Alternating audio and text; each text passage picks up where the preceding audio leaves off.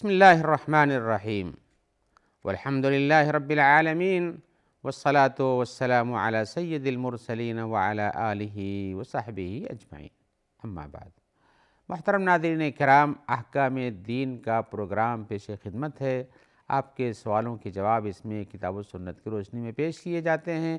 تو آئیے ہم آج کے نئے سوال کی طرف آتے ہیں۔ آج کا پہلا سوال ہے، ہمارے بھائی پوچھتے ہیں کہ کیا وہ چیزیں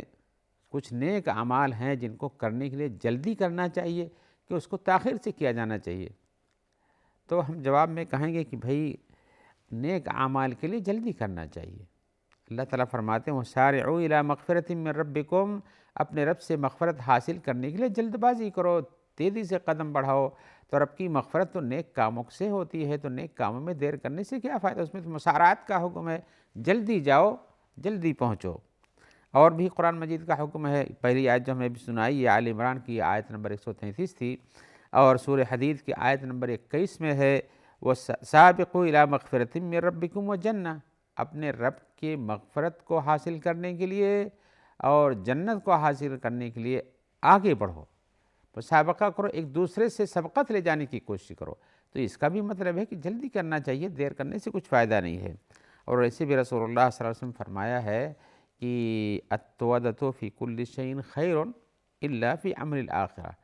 ہر کام میں سوچ سمجھ کر کے اور اسی طرح سے سمجھ بوجھ کر کے قدم بڑھانا اور یعنی اس میں جلد بازی نہ کرنا یہ بہتر ہے، سوائے آخرت کے عمل کے۔ آخرت کے عمل میں انسان کو زیادہ غور و فکر کرنا اور ہزار بار سوچنا کروں نہ کروں، مثال کو زکوٰۃ دوں نہ دوں، صدقہ دوں نہ دوں، آج روزہ رکھوں گی چھوڑ دوں، یہ پریشانی ہو سکتی ہے، یہ سب چیزیں نہیں، بلکہ عمل کی آخرت میں جلد بازی کرنا چاہیے اور اچھی طرح سے سوچنا چاہیے۔ اور ایک حدیث اور بھی سنا دوں اسی موقع پر، رسول اللہ صلی اللہ علیہ وسلم فرماتے ہیں ما رأیت مثل النار نام حاربها ولا مثل الجنت نام طالبها، میں نے ایسی چیز یعنی جہنم جیسی چیز نہیں دیکھا کہ اس سے بھاگنے والا خرگوش کی نیند سوتا ہو۔ جہنم سے بھاگنا، آگ سے بھاگنا، تو سونے سے تو آپ جل جائیں گے، آپ کو تو جلدی اس سے بچنے کے اسباب اختیار کرنا چاہیے۔ ولا مثل الجنت نام طالبها، اور جنت جیسی چیز ہم نے نہیں دیکھی کہ جس کا پانے والا، جس کو حاصل کرنے والا وہ سوتا ہو۔ وہ بھی اس کو جنت کے حصول کے لیے سونے سے جنت نہیں ملتی بلکہ عمل سے جنت ملتی ہے، اور بد عملی کی وجہ سے جہنم ملتی ہے۔ لہذا اچھے عمل کو جلدی کرنا چاہیے اور بد عملی سے جلدی بچنا چاہیے۔ دونوں کے اپنے نتائج ہیں جن کے لیے آپ کو سوچنے کی ضرورت ہے۔ آئیے ایک اور سوال کی طرف آتے ہیں۔ سوال میں پوچھ رہے ہیں ہمارے بھائی کہ آدمی کو کچھ طاعات اس کی چھوٹ جاتی ہیں، تو کیا اسے دوبارہ حاصل کیا جا سکتا ہے؟ ہم جواب میں کہیں گے ضرور حاصل کیا جا سکتا ہے۔ آدمی کے اطاعت کی کام بیمار ہو جائے، کہیں بند کر دیا جائے، اس کو روک دیا جائے، وہاں نہیں پہنچ سکتا ہے، بہت سے اسباب زندگی میں آ سکتے ہیں، بیماریوں کی جیسے آپ کو گھر میں رہنا پڑے، وہیں عبادت کرنی پڑے، یا ہے کہ آپ کو کہیں اسپتال میں روک لیا جائے، آپ کہیں باہر نہیں جا سکتے ہیں، اکٹھا نہیں ہو سکتے ہیں، یا اسی طرح سے آپ کے پاس ایسے بھی بہت سے کام ہوتے ہیں زندگی میں، جیسے کچھ لوگ جیل میں ہوتے ہیں، تو بہت سے عبادت کے کام ان کی چھوٹ جاتے ہیں، یا عبادت کی جو صورتحال بنتی ہے اس کو نہیں پاتے ہیں، تو ان کو کیا کرنا چاہیے؟ تو اولاً تو انہیں اگر طاعات کے موسم ہیں، جیسے کہ رمضان شریف ہے، رمضان شریف میں آپ کو روزہ رکھنا چاہیے، آپ کو صدقات و خیرات کرنا چاہیے، زیادہ سے زیادہ تلاوت کرنا چاہیے، تسبیح و تحلیل کرنا چاہیے، اسی طرح سے اور بہت سے نیکی کے کام ہیں ان سب کو کرنا چاہیے۔ لیکن اگر آپ سے چھوٹ جائے کسی وجہ سے، آپ نہیں پہنچ سکتے، نہیں لا سکتے، نہیں دے سکتے، نہیں کر سکتے، بیمار ہو گئے ہیں، آپ کے پاس امکانات نہیں رہ گئے ہیں، تو آپ کو کم از کم اتنا اپنی نیتوں کے حساب سے سوچ کر اس پہ افسوس تو ظاہر کرنا چاہیے، کہ حسرت ہونی چاہیے آپ کے اندر کہ دیکھو میرا کام اس وجہ سے چھوٹ گیا ہے۔ یہ حسرت کی بات میں کہہ رہا ہوں، اس لیے کہہ رہا ہوں کہ کسی نیک کام کے چھوٹ جانے پر حسرت کرنا یہ ایمان کی ایک دلیل ہے۔ ایمان کی ایک دلیل. اگر آپ کو ایمان نہیں ہوتا، اللہ سے ثواب کی امید نہیں ہوتی، تو آپ کو حسرت ہی کیوں ہوتی؟ آپ تو ویسے بھی چاہتے کہ چلو یہ سب کام کرنے کی ضرورت نہیں ہے. تو ایسا نہیں، آدمی کو نیک کام چھوڑ جانے پر حسرت ہوتی ہے تو وہ ایک ایمان کی دلیل ہے. یہ پہلی بات. اور دوسری یہ ہے کہ اگر اس نیک کام کے چھوڑ جانے کے لیے اس کی کوئی قضا ہو سکتی ہے تو وہ کرنا چاہیے آپ کو. وقت پر نہیں پکڑ سکے تو بعد میں اس کام کو لے لینا چاہیے، اس طرح سے ادا کر لینا چاہیے. اسی میں سے انسان کے لیے اس کی طاعت کی چاندنی چھوڑ جاتی. مثال نماز ہے تو اس کی قضا ہے، روزہ ہے اس کی قضا ہے، حج ہے اگر بیچ میں حج جاتے ہوئے رک جائے، آدمی نہ پہنچ سکے، یا مثال کے طور پر کوئی پہنچتا ہے وہاں اور میدان عرفات میں نہ جا کے قیام کر سکے، وقوف نہ کر سکے، تو اس کو دوبارہ حج کرنا چاہیے، اس کی قضا ہوتی ہے. ایسے ہی کسی بھی نیک کام کو جو چھوٹ جائے آپ سے زندگی کے کسی بھی لمحے میں، کسی بھی وجہ سے، جسے آپ کرنا چاہتے تھے لیکن آپ کو کرنے کا موقع نہیں مل سکا، تو آپ کو اس پر ایک تو حسرت رہنی چاہیے اور پھر اس کے قضا کی گنجائش کو ڈھونڈنا چاہیے. آئیے ہم آپ کو ایک مثال کے طور پر حضرت عمر کی ایک حدیث سناتے ہیں. حضرت عمر بن خطاب کہتے ہیں کہ میں نے رسول اللہ صلی اللہ علیہ وسلم سے سنا ہے، آپ فرماتے تھے من نام عن حزبه من اللیل اور عن شیء منہ فقرأہ ما بین صلاة الفجر و صلاة الظہر کتب لہ کأنما قرأہ من اللیل. جو آدمی رات کے اپنے کسی ایسے کام سے جو عام طور سے اسے کیا کرتا تھا، اور یہ حزب کا مطلب یہ ہے کہ انسان اسے کرتا تھا اور یہ اس کے کام کی ایک ضرورت تھی، جیسے نماز پڑھتا تھا، تہجد پڑھتا تھا، یا کہ راتوں کو اٹھ کے دعائیں کرتا تھا مثال کے طور پر، یا رات کے آخری حصے میں اٹھ کر کے شفع اور وتر پڑھتا تھا، یوں سمجھ لیجئے. تو آپ نے فرمایا جو آدمی اپنے رات کے کسی ورد سے سو جائے یا ایسے کسی اور بھی کام سے جو رات میں نیکی کرتا تھا، فقرأہ ما بین صلاة الفجر و صلاة الظہر، تو اس کی ادائیگی ظہر اور فجر کے درمیان کے وقت میں کر لے، یعنی سورج نکلنے کے بعد سے لے کر کے وہ جو ہے ظہر کی نماز پڑھتا ہے، اس بیچ میں اگر اس کو پڑھ لے، کتب لہ کأنما قرأہ من اللیل، تو اس کے لیے ایسے ہی لکھا جاتا ہے گویا کہ اس نے رات کے وقت میں پڑھا. اب آپ جانتے ہیں تہجد کی کتنی فضیلت ہے. آخری وقت میں سحر کے وقت میں جاگ کے دعا کرنے کا ایک طریقہ ہے انبیاء اور مرسلین کا، اور اس طرح سے نیک بندوں کا، اور اللہ تعالیٰ اس میں دعائیں قبول فرماتے ہیں، اور ان کی طرف سے ندا آتی ہے کہ کیا مجھ سے کوئی دعا کرنے والا ہے جس کی میں دعا قبول کروں. اگر وہ اس کی نیت تھی اور سو گیا اور نہیں جاگ سکا تو پھر اسے اس کام کو بعد میں کر لینا چاہیے. اس کا وہ ثواب، اس کا وہ فائدہ جو رات میں کرنے سے ملتا تھا اس کو مل جاتا ہے. یہ حدیث صحیح ہے. اور اسی طرح سے حضرت عائشہ کی حدیث ہے، آپ فرماتی ہیں رسول اللہ کان رسول اللہ صلی اللہ علیہ وسلم اذا فاتتہ الصلاة من اللیل من وجع او غیرہ صلی من النہار 12 رکعۃ. رسول اللہ صلی اللہ علیہ وسلم کی جب رات کی نماز چھوٹ جاتی تھی بے تکلیف کی وجہ سے، تکلیف کسی درد ہے، تکلیف ہے، بیماری ہے، یا اس کے علاوہ کسی اور وجہ سے سو گئے، نہیں جاگ سکے، یا کہیں بزی ہو گئے، مشغول ہو گئے، نہیں پڑھ سکے، تو کیا کرتے تھے؟ صلی من النہار 12 رکعۃ، تو دن میں 12 رکعت پڑھتے تھے. 12 رکعت پڑھتے تھے. اب اس کی میں تفصیل بتاؤں کیوں 12 رکعت پڑھتے تھے. اس لیے کہ 8 رکعت تو آپ کی تہجد کی نماز ہوئی، اور 2 رکعت اس کے بعد آپ شفع پڑھتے تھے رات میں، اور 1 رکعت وتر پڑھتے تھے، تو یہ 11 ہو گئی.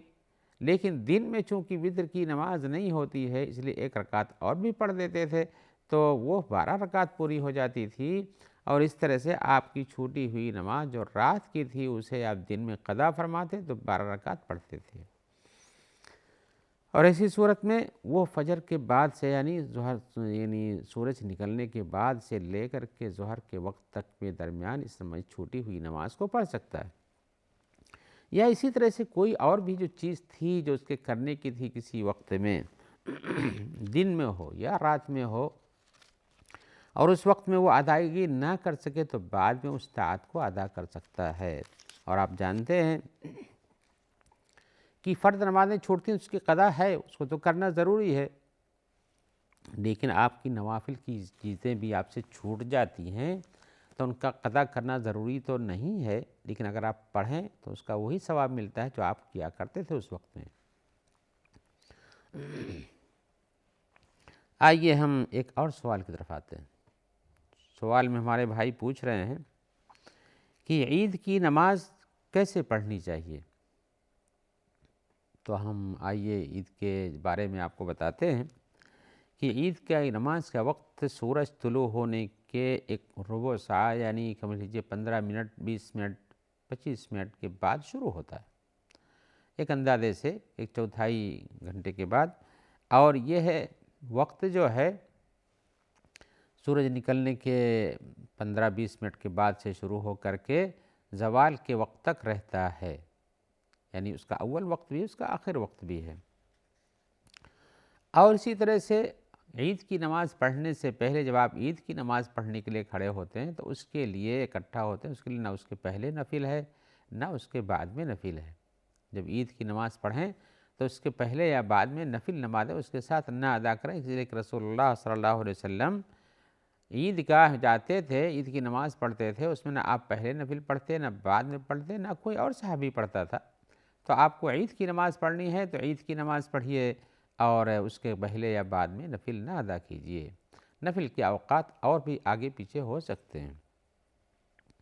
عید کی نماز کی ادائیگی کا طریقہ یہ ہے کہ 2 رکعت پڑھی جاتی ہے۔ حضرت عمر کی روایت ہے، آپ فرماتے ہیں صلاۃ السفر رکعتین، سفر کی نماز 2 رکعت ہے، وصلاۃ الاضحیٰ رکعتین، اور چاشت کے وقت کی جو نماز پڑھی جاتی ہے وہ بھی 2 رکعت ہے، وصلاۃ الفطر رکعتین، اور عید الفطر کی جو نماز پڑھی جاتی ہے وہ بھی 2 رکعت ہے۔ تمام غیر قصر، یہ سب پوری اپنی جگہ پہ، یہ قصر والی بات نہیں ہے، علی لسان محمد صلی اللہ علیہ وسلم، محمد صلی اللہ علیہ وسلم کی زبان پر، تو گویا کہ آپ نے 2 رکعت اس کی نماز کو فرمایا ہے۔ اب اس کے لیے کیسے پڑھنا ہے آپ کو؟ پہلی رکعت میں جیسے جانتے ہیں 7 تکبیریں کی جاتی ہیں، دوسری رکعت میں رکوع کے کھڑے ہونے کے بعد 5 تکبیریں یعنی 5 تکبیریں پڑھی جاتی ہیں، دوسری رکعت میں 5 تکبیریں پڑھی جاتی ہیں، اور اس طرح سے اگر آپ وہ تکبیریں پوری کرتے ہیں تو اس کے بعد آپ کو فاتحہ پڑھنا چاہیے، پھر اس کے بعد جو سورت آپ کو یاد ہو اس سے پڑھنا چاہیے، اور نہیں مناسب یہ ہے کہ قاف اور قرآن مجید پڑھیں، اور دوسرے میں اقتربت الساعۃ وانشق القمر پڑھیں، یا آپ سبح اسم ربک الاعلیٰ، اور اسی طرح سے دوسری سورت جو اس کے پیچھے سورہ غاشیہ وہ پڑھیں۔ یہ سب صورتیں ہیں هل اتاک حدیث الغاشیہ والی۔ اور اگر آپ سے اتفاقاً نماز پڑھتے ہوئے تکبیر زوائد چھوٹ جائیں تو اس سے آپ کی عید کی نماز باطل نہیں ہوتی ہے۔ تو تکبیر زوائد جو اللہ اکبر کہنے کے بعد اللہ اکبر اللہ اکبر اللہ اکبر جو کہی جاتی ہے، اگر یہ چھوٹ جائے، اور کچھ لوگوں سے جلدی میں فاتحہ شروع کر دیتے ہیں، نہیں یاد رہتا، اس لیے کہ سال بھر تو اس انداز سے نماز پڑھتے نہیں، تو اس نماز میں بھی کبھی کبھی غفلت ہو جاتی ہے، تو اس سے ان کی نماز خراب نہیں ہوتی ہے، لیکن چھوڑ دینا یہ سنت کی مخالفت ہے، سنت کی مخالفت ہے۔ نماز کی بطلان کا حکم تو نہیں دے رہے ہیں فتاویٰ علماء، لیکن سنت کی مخالفت ضروری ہو جاتی ہے کہ سنت کا جو طریقہ اس کو دھیان میں رکھ کے ہی پڑھنا چاہیے۔ اور لیکن اگر کسی کی عیدگاہ میں نماز فوت ہو جاتی ہے، عیدگاہ نہیں پہنچ سکتا ہے، اور اسی طرح سے اس کے لیے اسباب وسائل نہیں، یا ممانعت ہے، یا جیسے موجودہ حالات بیماری میں وبا پھیلی ہوئی ہو، تو لوگوں کو اکٹھا ہونے سے روکا جاتا ہو، اور اسی بیچ میں عید کی نماز آ جائے تو کیا کریں گے؟ اس لیے کہ عید کی نماز تو اجتماعی نماز ہے، جہاں اجتماعی ہی اتنی اجتماعی ہے جتنی اجتماعیت کے لیے رسول اللہ صلی اللہ علیہ وسلم نے کسی اور اجتماع کے اندر آپ نے نہیں بلایا ہے۔ جیسے آپ کو خود جمعہ کا خطبہ ہو، یہ عورتوں پر ضروری نہیں ہے جمعہ کی نماز پڑھنا، غلاموں پر ضروری نہیں ہے، اور بھی لوگوں پر ضروری نہیں ہے، لیکن عید کی نماز کے لیے رسول اللہ صلی اللہ علیہ وسلم نے جس طرح تاکید فرمائی ہے اس سے پتہ چلتا ہے، آپ نے فرمایا ہے کہ عید کی نماز میں ہر کوئی آئے گا، مرد بھی آتے تھے، عورتیں بھی آتی تھیں، یہاں تک کہ آپ نے یہاں تک کہا کہ جو عورت اپنے پیریڈ کے زمانے میں ہے، یعنی دورہ حیض آ رہا ہے یا اس طرح سے نفاس میں ہے اور وہ پہنچ سکتی تو آئے، اور اگر کسی کے پاس اس کے اپنے چہرے اور سر کو ڈھک کر آنے کے لیے چادر نہیں ہے تو اپنے بہن کی، اپنے پڑوسی سہیلی کی چادر میں لپٹ کر کے آئے۔ تو آپ نے اس اجتماع کے لیے بہت تاکید فرمائی ہے، لہذا نماز پڑھنا چاہیے، لیکن اگر نہیں ہو پاتی ہے تو آپ کو جہاں امکان ہے جہاں ہوں اسی طرح سے پڑھیے۔ اور اس سلسلے میں حضرت انس بن مالک کی ایک روایت آتی ہے جس میں انہوں نے ان کی عید چھوٹ جانے پر اپنے گھر میں نماز پڑھی اور پڑھائی ہے، وہی سب کے لیے مشعل راہ ہے، اور اسی کے ذریعے سے یہ بات کہی جاتی ہے انس بن مالک کے بارے میں حضرت بیہقی سنن کبیر میں ہے،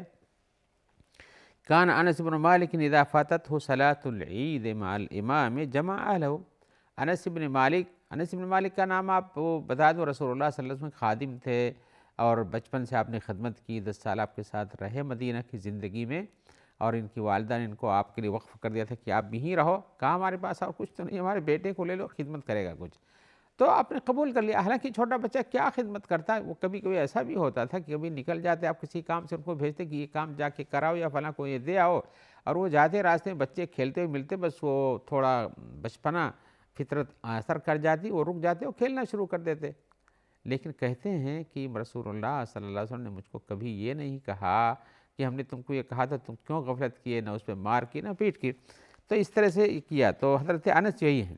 تو انس بن مالک جو ہیں یہ گھر والوں کو جمع کرتے اور ان کو نماز پڑھاتے تھے، جیسے عید کی نماز پڑھی جاتی ہے، ان کی روایت میں صراحت جیسے عید کی نماز پڑھی جاتی ہے، لیکن اس میں خطبے کا تذکرہ نہیں کیا گیا ہے، لہذا حضرت انس کے اس عمل کو دیکھتے ہوئے 2 رکعت ہی نماز پڑھی جائے گی، یا حضرت انس کی طرح سے اپنے گھر والوں کو اکٹھا کر کے پڑھ سکتے ہیں، اور اکٹھا جماعت بنا سکتے ہیں تو ٹھیک ہے، نہیں تو جماعت میں دوری دوری کھڑا کرنے کی ضرورت پڑتی ہے تو جیسے کہ وبا کی حالت میں ہوتا ہے تو وہ بھی کیا جا سکتا ہے اور نماز پڑھی جا سکتی ہے گھر میں،